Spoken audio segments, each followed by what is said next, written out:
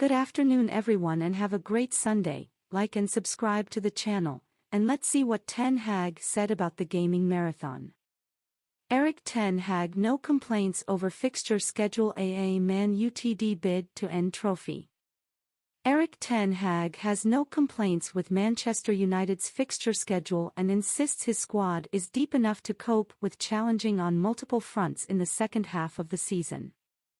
United beat Reading 3-1 at Old Trafford on Saturday to advance to the last 16 of the FA Cup, while Wednesday's 3-0 first leg win over Nottingham Forest means they are all but assured of a place in the EFL Cup final. The Red Devils are also still in Europa League contention, with a knockout playoff round tie against Barcelona on the horizon, and are fourth in the Premier League with 18 games to go. Ten Hag's side potentially have 9 matches to come in February, but the Dutchman considers that a positive as United bid to end a 6-year wait for a trophy.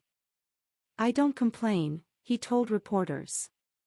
"We know what the fixture schedule is, we have to deal with this. At clubs we have to set squads and squads are big enough to deal with it, and I think players like to play.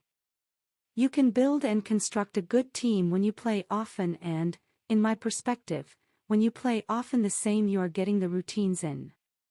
Ten Hag surprised many by naming a strong starting lineup against Championship side Reading, with Harry Maguire coming into the side as the only change from the Forest match, which followed on from a 3-2 league loss at Arsenal.